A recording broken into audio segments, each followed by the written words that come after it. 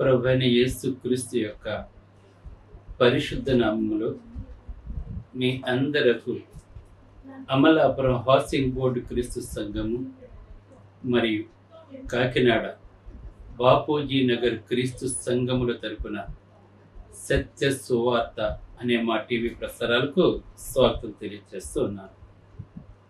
ఇవాళ ధ్యానాంశం ఏంటంటే దేవుని సంకల్పమునకు వ్యతిరేకంగా ప్రవర్తించకు. ధ్యానాంశం ప్రార్థన చేసుకుందాం.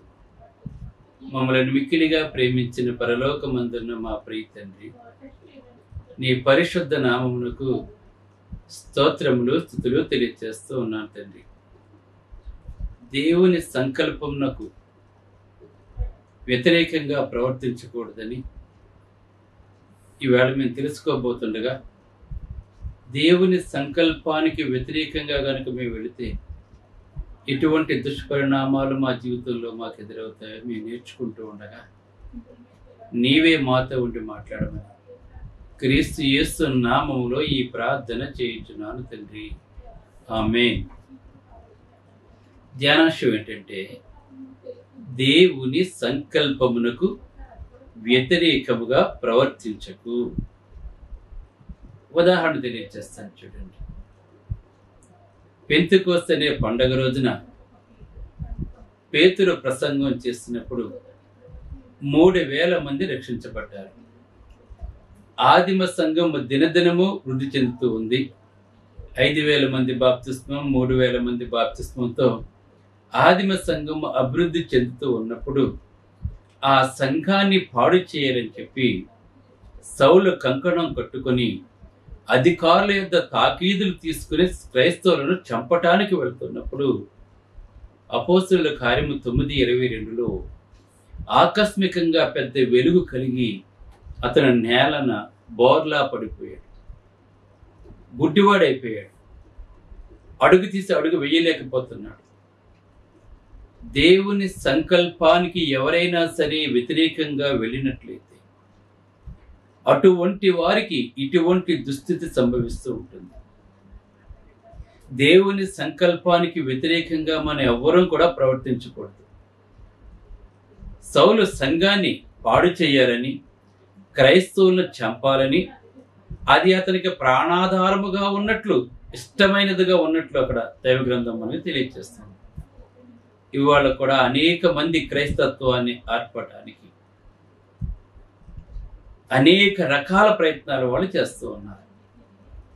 అయితే సౌలు ఇప్పుడు ఒక ప్రకాశవంతమైన వెలుగు సడన్ గా ఆకస్మికంగా వచ్చినప్పుడు వెళ్తున్నటువంటి వాడు కింద పడిపోయాడు. ఆ వెలుగును చూడలేక గుడ్డివాడైపోయాడు. అప్పుడు ఒక స్వరం వినిపించింది, సౌలా సౌలా, ఎందుకు నీవు నన్ను హింసించుచున్నావు అని మాట్లాడుతూ, మునికోలలకు ఎదురు తిరుగుట మంచిది కాదు అని చెప్పాడండి అక్కడ. అంటే మునికోలలకు ఎదురు తిరుగుట మంచిది కాదు అని చెప్తున్నాడండి. అంటే దేవుని చిత్తానికి వ్యతిరేకంగా ప్రవర్తించడం మంచిది కాదు అని చెప్తున్నాడండి. అది నీవైనా నేనైనా సరే, దైవ గ్రంథంలో ఏమైతే వ్రాయబడి ఉన్నాయో ఆ సంకల్పం చొప్పున మనం ప్రవర్తించాలి. కానీ దైవ గ్రంథంలో ఉన్నవి తీసివేసి లేనివి కలిపినట్లయితే నువ్వు మునుకోలకు, దేవునికి వ్యతిరేకంగా నువ్వు ప్రవర్తించిన వాడు అవుతావు.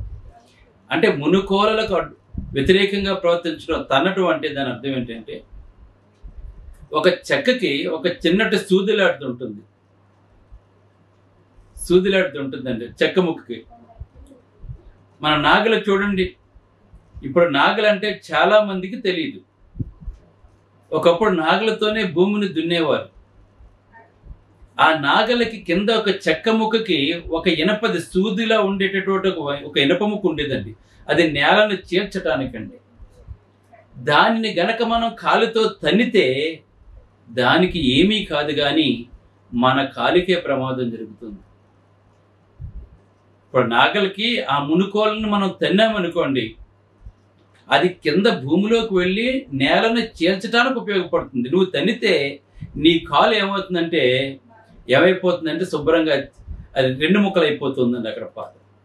అని గాయం అయిపోతుంది, తెగిపోతుంది, రక్తం వస్తుంది, ప్రమాదం నీకే, దానికి ఏమీ కాదండి. అలాగే దేవునికి వ్యతిరేకంగా ప్రవర్తించిన వారికి వాళ్ళకే ఆపద సంభవిస్తుంది కానీ దేవునికి కానీ ఆ మునికోలకు కానీ ఏమీ జరగదని చెప్తున్నాడు.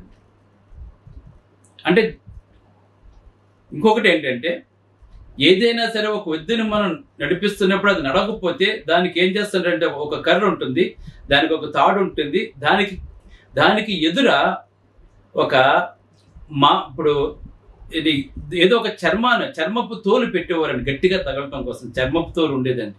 ఒక గుర్రాన్ని కొట్టడానికి కానీ ఎద్దుని కొట్టడానికి కానీ తాడుకి చివర ఒక చర్మపు తోలు ఉండేది, అది చాలా గట్టిగా తగులుతుంది, అది తగిలితే బాధిస్తూ ఉంటుంది. అంటే నడవలేని దాన్ని నడిపించడానికి ఇచ్చే పనిష్మెంట్ అనమాట ఉండేది. అంటే నీవు దేవుని మాట విన్నప్పుడు అటువంటి పనిష్మెంట్ ఇచ్చి నిన్ను బలవంతంగా నడిపించడం అనమాట. అది చూడండి, మనిషికో మాట గొడ్డుకో దెబ్బ అంటారు. అంటే గొడ్డుకు కొడితేనే అది కదులుతుంది. దేవుడు చెప్పినప్పుడు నువ్వు వినకపోతే, నిన్ను గాయం చేస్తే అప్పుడు నువ్వు నడుస్తావు, దేవుని మాట వింటావు అని చెప్పి దానికి అర్థం అనమాట. గాయం అయితేనే కానీ, బాధ కలిగితేనే కానీ మనిషి దేవునికి లొంగడు. ఎందుకంటే మనకు బాధ లేనంత వరకు మనకి ఎవరు అవసరం వద్దు, దేవుడు అవసరం వద్దు, ఎవరు అవసరం వద్దు. మనకి బాధ కలిగితే అందరూ కావాలి, దేవుడు కావాలి, అప్పుడు దేవుడు నీకు గుర్తుకొస్తూ ఉంటాడు. అందుకే దేవుని సంకల్పమునకు మనం వ్యతిరేకంగా ఎప్పుడూ కూడా ఏమీ కూడా చేయకూడదు. చేస్తే నువ్వు చిక్కుల్లో పడతావు, ఆపదలో పడతావు, ఇబ్బందులో పడతావు అని చెప్పి దేవుడు నీకు హెచ్చరిక చేస్తూ ఉన్నాడు. సౌలు క్రైస్తవ్యాన్ని ఆటంకం కలగజేయాలనుకున్నాడు. దేవుడు కరెక్ట్గా చెప్పాడండి బుద్ధి అతనికి. ఆ గుడితనం అయిపోయినప్పుడు, నడవలేనప్పుడు ఇప్పుడు వెళ్ళు, క్రైస్తవులు చంపడానికి ఇప్పుడు వెళ్ళగలవా? ఎందుకంటే చూపు లేదు, ఎక్కడికి వెళ్తావు నువ్వు? అప్పుడు దేవుడు అంటే ఏంటో, దేవుని శక్తి అంటే ఏంటో అప్పుడు అతను తెలుసుకున్నాడండి. అతను అలాగే వదిలేస్తే అతను దేవుని శక్తిని తెలుసుకునేవాడు కాదండి అతను. కనుక మునుకోలకు ఎదురు తిరగకూడదు. మనం దేవుని ఆజ్ఞలకు వ్యతిరేకంగా, దేవుని సంకల్పానికి వ్యతిరేకంగా ఏ ఒక్కరూ కూడా నడుచుకోకూడదండి. అంతెందుకు, లోతు సంగతి చూడండి. లోతు అబ్రహాం దగ్గర ఉన్నప్పుడు చాలా క్షేమకరంగా జీవించాడు లోతు. అబ్రహాంతో ఉన్నప్పుడు అతనికి ఎటువంటి గొడవలు లేవండి, చాలా పీస్ఫుల్గా ఉండే జీవితం. తన తల్లిదండ్రులు చనిపోతే అబ్రహామే చేరదీసి తన సహోదరుని కుమారుడని చెప్పేసి పెద్దవాడిని చేసి తనకు రావాల్సిన ఆస్తి తనకి ఇచ్చేస్తాడండి. అప్పుడు వెళ్ళిపోయాడండి అతను. అయ్యో లేదు, చిన్నతనం నుంచి నువ్వు నన్నే పెంచు, నా తల్లిదండ్రులు లేనప్పుడు నేను నీతోటే ఉంటాను, ఆ పశువుల కాపలికి మనకు వచ్చిన గొడవలు దాంతో మనకు సంబంధం ఏంటి, నాకు వీటన్నిటికంటే నీవే నాకు ముఖ్యమని చెప్పి అనలేకపోయాడండి లోతు. పైగా ఎటువంటి ప్రాంతాన్ని ఎన్నుకున్నాడు అంటే, సొదొమ గుమొర్రా పట్టణాలను అతను ఎన్నుకున్నాడండి. అతను మంచివాడే, కానీ అతను ఎంచుకున్న మార్గం సరైనది కాదండి. దుష్టుల మధ్యకి వెళ్ళాడండి అతను. తత్ఫలితంగా తన భార్య చనిపోయింది, ఆ పట్టణం మొత్తం నాశనం అయిపోయిందండి అక్కడ. అందుకే దేవుడు తెలియచేస్తున్నాడు, మనం మంచివారమైనా కూడా అటువంటి దుష్టులు ఉన్న చోటకి కనుక మనం వెళ్ళినట్లయితే మనమే నష్టపోతాం. తత్ఫలితంగా అల్లులు రాలేదు, 2 కూతుళ్ళకు. ఆ సంతానం భయంకరమైన సంతానంగా బైబిల్లో మనకు పిలువబడింది. మరి అబ్రహాం సంతానం వర్ధిల్లింది, కానీ లోతు సంతానం శపించబడిపోయింది. మనం తెలుసుకోవాలి. మనం ఇంకా దావీదు యొక్క వ్యభిచారం ఆయన కుటుంబానికి, రాజ్యానికి సమస్యగా మారిపోయిందండి. దావీదు ఒకానొక రోజున అక్కడ యుద్ధం జరుగుతుంటే, యుద్ధంలోకి వెళ్లకుండా మేడ మీద తిరుగుతూ ఉన్నప్పుడు ఒక స్త్రీ స్నానం చేసి బయటకు వస్తున్నప్పుడు తనను చూచి తన గదికి రప్పించుకుని పాపం చేశాడు, వేరొకని భార్యని. తత్ఫలితంగా తన కుటుంబంలో అనేకమైన సమస్యలు ఎదుర్కోవాల్సి వచ్చిందండి. దేవుని సంకల్పానికి వ్యతిరేకంగా వెళ్ళినట్లయితే మన జీవితంలో ముందుకు మనం వెళ్ళలేం. మనం చీకటి మార్గాన్ని ఎన్నుకున్న వారు అవుతూ ఉంటాం. మనం అలాగనే యోనా, నీనేవే పట్టణం వెళ్ళు, అక్కడ ప్రజల యొక్క పరిస్థితి ఘోరంగా ఉంది, అందరూ కూడా పాపంలో పడిపోయారు, కనుక నువ్వు వెళ్ళి ప్రకటించు, ఈ పట్టణాన్ని నాశనం చేస్తానని చెప్పి మారు మనసు పొందితే వాళ్ళు రక్షించబడతారని చెప్పినప్పుడు చిత్తమని చెప్పి అన్నాడు. చివరికి ఏం చేశాడంటే దేవుడు చెప్పిన చోటుకి వెళ్లకుండా అతను తిర్షీషు పట్టణం వెళ్ళటానికి వాడెక్కాడు. మునుకోలకు ఎదురు తిరగటం అన్నమాట. ఇవన్నీ కూడా అంటే దేవుని సంకల్పానికి వ్యతిరేకంగా వెళ్ళటం. సరే ఏమవుతుంది అని చెప్పి అనుకున్నాడు. తత్ఫలితంగా గొప్ప తుఫాను బయలుదేరింది. వాడ ప్రమాదకరమైన స్థితిలోకి వెళ్ళిపోయింది. ప్రయాణం అగమ్య గోచరం అయిపోతుంది. ఇంతవరకు బాగున్న వాతావరణం ఎందుకు ఇలాగ అయిపోయిందని చెప్పి వాళ్ళందరూ ఎవరి దేవతలను ఎవరి దేవుని వాళ్ళు తలంచుకుంటూ ఉన్నప్పుడు అసలు ఇది ఎవరి వల్ల జరిగింది, ఇంత సడన్గా రావటం ఏంటి అనే చీటీలు వేస్తే యోనా పేరు వచ్చింది. అప్పుడు యోనా పైన లేడు, 2 అంతస్తులు లేడు. యోనాని వెతుకుతున్నారు ఎక్కడున్నాడని చెప్పి. వాడు కింద కంటే వెళ్ళిపోయి అక్కడ గాఢంగా నిద్రపోతూ ఉన్నాడు. దేవుని పని చెయ్యవలసిన సమయంలో దేవుడు చెప్పింది చేయకుండా ఘోరంగా నిద్రపోతున్నాడు అతను. దేవుడు వెళ్ళమన్న చోటుకి వెళ్లకుండా, ఈవేళ చాలా మంది దేవుడు చెప్పింది చేయకుండా, దేవుడు వెళ్ళమన్న చోటుకి వెళ్లకుండా తమకిష్టమైన మార్గాలకు వెళ్ళిపోతున్నాడు. దేవుడు చెప్పింది చేయకుండా వాళ్ళకి ఏదైతే ఇష్టమో అది చేసేస్తున్నారండి ఈవేళ చాలా మంది. దేవుని ఎరిగిన వారు అనేక మంది సేవకులు కూడా దేవుని సంకల్పానికి వ్యతిరేకంగా వెళ్తున్నారండి ఈవేళ చాలా మంది. వాళ్ళు నమ్మిందే నిజమని చెప్పి అనుకుంటున్నారు ఈవేళ. కానీ యోనా ఆ కింద నిద్రపోతున్నప్పుడు ఆ కెప్టెన్ వచ్చి, ఓయి నిద్రపోతా నీకు ఏమి వచ్చినదని మాట్లాడుతున్నాడు. ఒక ప్రవక్త, ఓయి పోతా నీకు ఏమొచ్చినది, ఏమైందని అడుగుతున్నాడు. మేమందరము కూడా ప్రయాణం ముందుకు వెళ్ళలేక, తుఫాను వల్ల వాడ ముందుకు వెళ్ళలేక మేమందరము కూడా ప్రాణాలు అరిచేతిలో పట్టుకుని మా దేవుళ్ళని మేము ప్రార్థించుకుంటే నీవేంటి ఏమి ఎరగనట్టు కింద కూర్చున్నావు, అసలు నువ్వెవరు, ఏంటి, నువ్వేం చేసావు, మేము చీటీ వేస్తే నీ పేరు ఎందుకు వచ్చింది అని అడిగినప్పుడు, నేను దేవుడు వెళ్ళమన్న చోటుకి వెళ్లకుండా దేవుని సంకల్పానికి వ్యతిరేకంగా నేను ప్రవర్తించాను, అందుకు నన్ను బట్టి ఇది జరిగింది. అయ్యా అయితే మరి ఎలాగ ఏం చేయాలని చెప్పన్నప్పుడు, నన్ను సముద్రంలో పడేయండి, తుఫాను నిమ్మలం అయిపోతుందని చెప్పినప్పుడు వాళ్ళు భయపడ్డారండి. వాళ్ళు నీ వల్లే తుఫాను వస్తే నిన్ను సముద్రంలో పడవేస్తే దేవుని యొక్క ఉగ్రత మా మీదకి వస్తుందేమో అని చెప్పి భయపడ్డారు వాళ్ళు. కాదు, పడేయమని చెప్పినప్పుడు వాళ్ళ పడవేసిన వెంటనే సముద్రం మిక్కిలి నిమ్మలం అయిపోయింది. ఆశ్చర్యపోయారు అందరూ కూడా. ఇప్పుడు ఒక తిమింగలం వచ్చి మింగిస్తుంది. చేప కడుపులో 3 రోజులు కటిక చీకటి దుర్వాసనలో భయంకరమైన జీవితానికి గడిపాడు.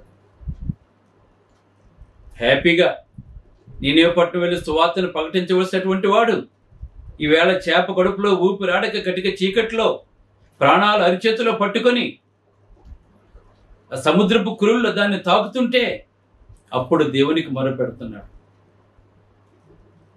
సౌలు కూడా కింద పడిపోయినప్పుడు, సౌలా నీవు ఎందుకు హింసించుచున్నావు, మునుకోలకి ఎందుకు అడ్డు తిరుగుతున్నావు అని చెప్పన్నప్పుడు, ప్రభువా నువ్వు ఎవరో అని అడిగాడండి. నీవు హింసించుచున్న యేసునని చెప్పాడు. దేవునికి వ్యతిరేకంగా మనం ప్రవర్తించినట్లయితే అటువంటి ప్రమాదాలు మనకు సంభవిస్తూ ఉంటాయి. కనుక దేవుని చెప్పింది మనం చేయాలి తప్ప దేవుని చిత్తానికి వ్యతిరేకంగా మనం ప్రవర్తించకూడదండి. ప్రతి దుష్టాంతములోనూ దేవుని సంకల్పనకు వ్యతిరేకంగా ఒక చెడ్డ వైఖరి ప్రత్యక్షపరచబడిందని బైబిల్లో మనం. ప్రతి దుష్టాంతములోనూ కూడా ఇశ్రాయేలు ప్రజల్ని పాలు తేలు ప్రవహించే దేశానికి నడిపిస్తున్నప్పుడు అనేక మంది దేవుని చిత్తానికి వ్యతిరేకంగా ప్రవర్తించి దేవుని మీద తిరుగుబాటు చేసి అరణ్యంలో రాలిపోయారండి. నీవు కానీ నేను కానీ దేవుని చిత్తానికి వ్యతిరేకంగా ఎప్పుడూ కూడా మనం నడవకూడదండి. నడిస్తే భయంకరమైన శ్రమలు మనకు వస్తుంటాయి. మనం దేవుని సంకల్పం నిర్లక్ష్యం చేయటం వెరితనం అవుతుందండి. యోనా దేవుడు చెప్పింది చేయకుండా తన ఇష్టం వచ్చాడు వెళ్ళిపోయాడండి. ఇప్పుడు ఆ తిమింగలం కడుపులో కటిక చీకట్లో ఆ దుర్వాసనలో ఎంత బాధపడుతున్నాడో తెలిసాడు. అతను చావుకి దగ్గరలో ఉన్నాడు. అతను మన్న పంచులు చివరి వరకు వెళ్ళిపోయాడు. దేవునికి మొర పెడుతున్నాడు అక్కడుండి, ఎందుకు నీకు ఇటువంటి పరిస్థితి వచ్చింది? దేవుని సంకల్పాన్ని నిర్లక్ష్యం చేయటం వెరితనం. గుర్తుపెట్టుకోండి వేళ మీరు ఈవేళ అన్నీ బాగున్నప్పుడు దేవుడు అవసరం లేదని చెప్పి అనుకుంటారు. ఇటువంటి కష్టం నీకు వచ్చినట్లయితే, దేవుని సంకల్పాన్ని నువ్వు నెరవేర్చలేనప్పుడు, దేవుని చిత్తానికి నువ్వు లోబడినప్పుడు నీకు కూడా జీవితంలో ఇటువంటిది సంభవిస్తూ ఉంటుందని గుర్తుపెట్టుకుని, అందుకే దుర్దినములు రాకముందే నీ సృష్టికర్తను స్మరణకు తెచ్చుకో. దుర్దినాలు వచ్చిన తర్వాత కాదు, ఇప్పుడు యోనాకు దుర్దినం వచ్చేసింది. ఇంతవరకు చంపడానికి బయలుదేరాడు, అనేక మందిని చంపిన సౌలు ఎప్పుడైతే వెలుగు ప్రకాశించిందో కింద పడిపోయి గుడ్డివాడైపోయి కదలలేని స్థితికి వచ్చాడు. ఎందుకు వచ్చింది ఈ స్థితి నీకు? దేవునికి వ్యతిరేకంగా ప్రవర్తిస్తున్నావు, దేవుని సంకల్పానికి వ్యతిరేకంగా నువ్వు జీవిస్తూ ఉన్నావు నువ్వు. అందుకే దేవుని సంకల్పం గురించి నీవు ఆలోచించాలి. మనం జీవిస్తున్న జీవితం సంక్లిష్టమైన తెలుసుకో. మనం ఈ రోజున జీవిస్తున్నాం అంటే సుఖంగా వెళ్ళిపోయే జీవితం కాదు మనది. వెనక జరిగిపోయిన దినాలే మంచి అనిపిస్తాయి మనకి, రాబోవన్నీ దుర్దినాలు మనకి. అందుకే దుర్దినములు రాకముందని చెప్తున్నాడు దేవుడు. వీటి యందు సంతోషం లేదని చెప్పు దినాలు నీకు రాకముందే నువ్వు దేవునితో నడువు, ఆయన ఆజ్ఞలు అనుసరించు, ప్రతిదినము దేవుడితో నడు. నువ్వు ప్రతి వారము ఆత్మతో సత్యముతో నువ్వు ఆరాధించి దేవుడు తెలియజేస్తున్నాడు. మనం జీవిస్తున్న జీవితం సంక్లిష్టమైనది. మనం అనుకున్నట్టు అన్నీ జరగవు. యోనా అనుకున్నాడు, తను ఏదో చేద్దాం అనుకున్నాడు, అనుకున్నట్టు జరగలేదు. ఇంకా అనేక మంది క్రైస్తవులు చంపించేయాలనుకున్న సౌలు జరగలేదు, అనుకున్నది జరగలేదు. మనం అనుకుంటే ఏమీ జరగదు, దేవుడు అనుకున్నది మాత్రమే జరుగుతుంది. మనం ఎన్ని అనుకున్నా కూడా దేవుడు ఏమైతే అనుకుంటుందో అదే జరుగుతుందని గమనించాలి. మనం ఎప్పుడు కూడా మనం తెలుసుకోవాలి. మనం ఆయన లేకపోతే జీవితానికి అసలు అర్థమే లేదు. తెలుసుకోండి మీరు అందరూ కూడా. దేవుని సంప్రదించకుండా ఏమీ చేయకు. నువ్వు ఏదైనా చేయాలనుకుంటే దేవుని సన్నిధికి అప్పగించు. ప్రభువా నేను ఇది చేయాలని చెప్పనుకున్నాను తండ్రి, నేను ఈ కార్యం తలపెడుతున్నాను తండ్రి, నీ చేతికి అప్పగిస్తున్నాను తండ్రి, నీకు ఇష్టమైతే దీన్ని సఫలీకృతం చేయి తండ్రి, నీకు ఇష్టం లేకపోతే వద్దు ప్రభు అని చెప్పి దేవునికి అప్పగించుకోవాలి. మనం ఏ పని చేసినా క్రైస్తవులం మనం ప్రార్థన ద్వారా దేవునికి తెలియచేయి. అది దేవునికి ఇష్టమైతే వెంటనే జరుగుతుంది, దేవునికి ఇష్టం లేకపోతే ఆగిపోతుందండి. అది మనం అనుకుంటాం, మనం దేవుని సంప్రదించకుండా మనం అది చేసేద్దాం ఇది చేసేద్దాం అని చెప్పి అనుకుంటే ఏమీ చేయలేము. మనం చేస్తే తిరిగిపోటు, దేవుని మీద తిరిగిపోటు అవుతుంది మనం. అది ఆయన లేకపోతే జీవితానికి అసలు అర్థమే లేదన్న సంగతి మనం తెలుసుకోవాలి. మనం ఎప్పుడు చూసినా సరే రేపు రేపు రేపు గురించి ఆలోచిస్తుంటాం. మనం రేపు ఎలాగ ఎప్పుడు రేపు గురించి ఆలోచిస్తుంటాం. రేపు అన్నది మన ఆధీనంలో లేనప్పుడు, అసలు రేపు అన్నది మన ఆధీనంలో లేదు. ఎవరి ఆధీనంలో ఉందో? దేవుని ఆధీనంలో ఉంది. నిన్న అయిపోయింది, ఇంక రాదు మనకి. ఇవాళే మనకు ముఖ్యం. రేపు అన్నది క్వశ్చన్ మార్క్. రేపు ఉంటావు ఉండవు కూడా మనకు తెలియదు మనకి. కనుక రేపు అనేది మన ఆధీనంలో లేనప్పుడు దాని గురించి ప్రణాళికలు సిద్ధం చేసుకుంటాం. మనం బోల్డ్ ప్లాన్లు వేసేస్తుంటాం. మనం అంటే ఏమీ చేయకూడదు అని బైబిల్ చెప్పడం లేదండి.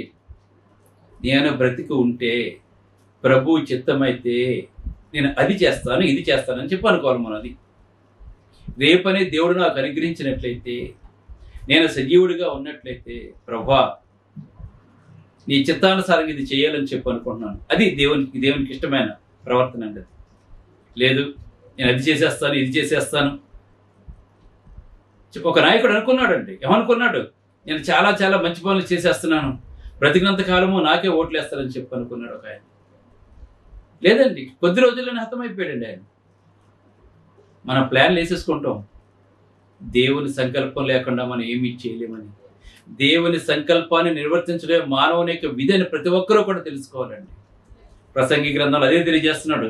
దేవుని యందు భయభక్తులు కలిగి ఉండే ఆయన కట్టడలను అనుసరించుటే మన విధి అని చెప్పి ప్రసంగి 12:13 తెలియజేస్తున్నాడండి.